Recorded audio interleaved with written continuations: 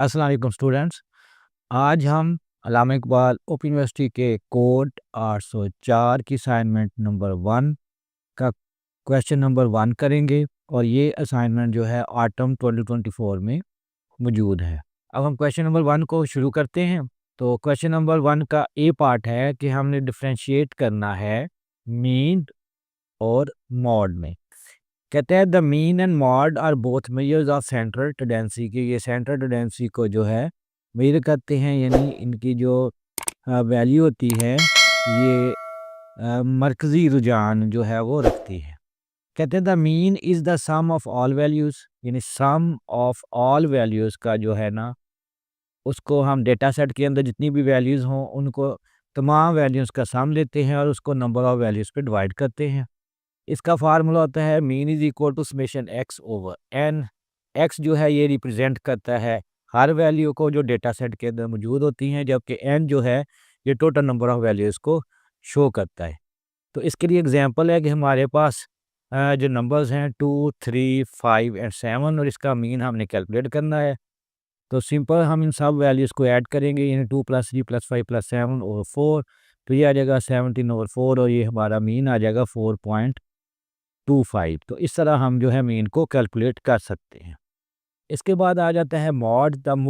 Mod जो होता है ये कहता है द मोस्ट फ्रीक्वेंट वैल्यू जो होती है डेटा सेट के अंदर, उसको हम मॉड कहते हैं।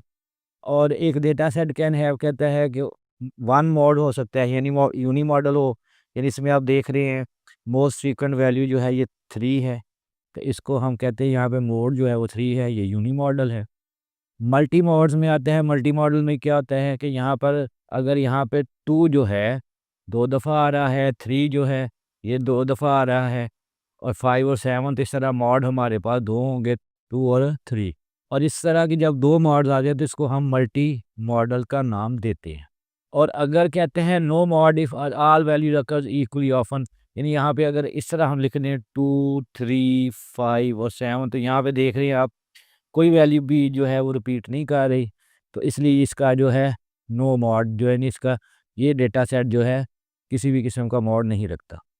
अब क्वेश्चन नंबर 1 का बी पार्ट है, इसमें हमने मालूम करनी है टर्म जो डेविएशन की होती है, measures of spread in the data set. फिर हमने इस टर्म को वाज़ेह करना है, मीन एब्सोल्यूट डेविएशन को कैलकुलेट करना है, फिर मीन स्क्वायर डेविएशन को देखना है और वेरिएंस एंड स्टैंडर्ड डेविएशन को देखना है। तो सबसे पहले डेविएशंस क्या आती है, ये measure of spread in the data. कहते हैं deviation refers to how much individuals points differ from centre value, कि सेंटर वैल्यू से अगर हमारे पास ये अगर इस तरह की हो एक वैल्यू, तो इसके जो डेटा सेट है इसके साथ ऐसे ऐसे हो, यानी ये ट्रेंडिंग वैल्यूज़ हो, तो हम देखते हैं कि हमारे ये जो न्यूट्रल वैल्यूज़ है ये डेटा सेट के अंदर कितनी जो है वो सेंटर वैल्यूज़ के करीब हैं या इसको सेंटर वैल्यू से ये दूर हैं। तो यहाँ पे अगर देखें major of spread help understand how spread out and consistent, यानी डेटा सेट जो है यानी वैल्यूज़ जो है हमारे पास वो कितनी जो है वो कंसिस्टेंट हैं और स्प्रेड आउट हैं मीन वैल्यू से। ठीक है, कहते हैं a small deviation means the data points are close to average, के वो जो अगर डेविएशन छोटी हो, कम हो, स्मॉल हो, तो इसका मतलब है कि वैल्यूज जो हैं वो एवरेज के करीब तरीन होंगी। वाइल लार्ज डेविएशन, जो अगर डेविएशन ज़्यादा हो, इनहराफ डेविएशन मुनर्रफ होने को कहते हैं, यानी इसको हम इनहराफ का भी कह सकते हैं। तो कहते हैं means the data points are more spread out, तो इसका मतलब है कि एवरेज वैल्यू से ये दूसरी वैल्यूज़ हैं वो ज़्यादा दूर दूर हैं। मीन एब्सोल्यूट डेविएशन क्या होती है, कहते हैं it is the average absolute difference between each point and the mean. यहाँ पे ये देखें एक्स हमारे पास वैल्यूज़ हैं और ये हमारी मीन वैल्यूज़ है और इसकी हमने एब्सोल्यूट वैल्यू का जो है वो सम किया हुआ है। कहते हैं एक्स आई जो है ईच डाटा पॉइंट है, एक्स बार जो है मीन ऑफ द डाटा है, n number of data points हैं। तो यहाँ पे अगर हम हमारे पास 2, 4, 6, 8 हो और इसका मीन 5 हो, तो हम मीन एब्सोल्यूट डेविएशन को कैलकुलेट कर सकते हैं 2 - 5 + 2 4 - 5, यानी 2 में से 5, 4 में से 5, 6 में से 8, 6 में से 5 और 8 में से 5 माइनस करने के बाद ऐड करेंगे तो ये आ जाएगा हमारे पास 3 + 1 + 1 + 3 और 8 और 4 आ जाएगा और 2 हमारा जो है आ जाएगा MAD, यानी मीन एब्सोल्यूट डेविएशन, जो कि यहाँ पे हमने इसको कैलकुलेट करना था। इंटरप्रिटेशन के अंदर ये है कि on average data points are 2 units away, यानी मीन वैल्यू से ये जो है 2 यूनिट्स अवे होंगे हमारे डेटा पॉइंट्स से ज़्यादातर।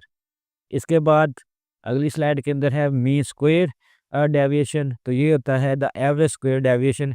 यहाँ पे हम जो है हर वैल्यू में से मीन को निकाल के उसका स्क्वायर लेके सम कर लेते हैं और एंड पे डिवाइड कर देते हैं। तो इसी पिछले सवाल की तरह यहाँ पे 2 का ये 4 है, 6 है, 8 है, हमने 2 - 5 करके स्क्वायर ले लेना है, 4 - 5 करके स्क्वायर ले लेना है। इसी तरह 6 - 5 करके स्क्वायर लेना है और 8 - 5 करके स्क्वायर लेना है। इन तमाम वैल्यूज़ को जब हम ऐड करेंगे तो ये आ जाएगा 9 + 1 + 1 + 9 20 और 4 5।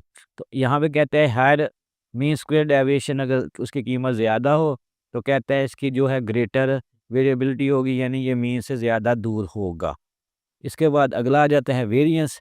वेरिएंस कहता है it is the average squared deviation from the mean same as MSD but sometimes calculator slightly different samples. कहता है सैंपल्स के हिसाब से ये होता है, तो एक तरह का मीन स्क्वेयर डेविएशन ही है, लेकिन इसमें ये होता है कि यहाँ पर हम म्यू को इस्तेमाल करते हैं जबकि पीछे हमने एक्स बार का इस्तेमाल किया था। तो इसका मतलब है कि ये पॉपुलेशन का मीन है और यहाँ पर अगर हम एक्स बार की जगह म्यू इस्तेमाल कर लें तो इसका मतलब है कि ये पॉपुलेशन के मीन में से हम इसका वेरिएंस कैलकुलेट कर रहे हैं। और यहाँ पे अगर एक्स बार को अगर यूज़ करेंगे तो यहाँ पे n-1 कर देते हैं और ये होता है इसलिए यूज़ करते हैं ताकि सैंपल के अंदर जो है बायसनेस जो है वो ख़त्म हो जाए।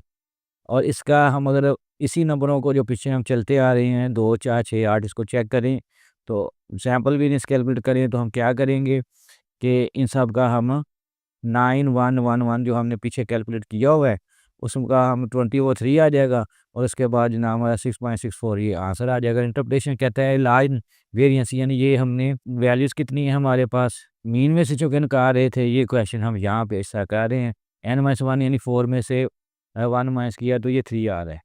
तो इंटरप्रिटेशन के अंदर देखें larger variance means the data is more spread out. अगर कहते हैं वेरिएंस की वैल्यू ज़्यादा होगी मीन से तो इसका मतलब है कि डेटा जो है पॉइंट्स से ज़्यादा स्प्रेड आउट कर रहे हैं।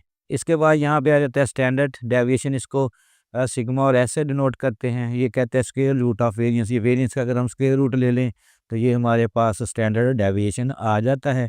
तो पीछे जो हमने कैलकुलेट किया था कि वेरिएंस 6.67 इसका अगर स्क्वायर रूट ले लें तो ये हमारे पास यहाँ पर स्टैंडर्ड डेविएशन आ जाता है।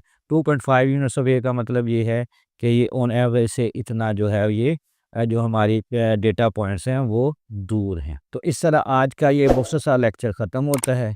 अगर मेरा ये लेक्चर आपको पसंद आया तो इसको लाइक करें, शेयर करें और मेरे चैनल को सब्सक्राइब करें। शुक्रिया।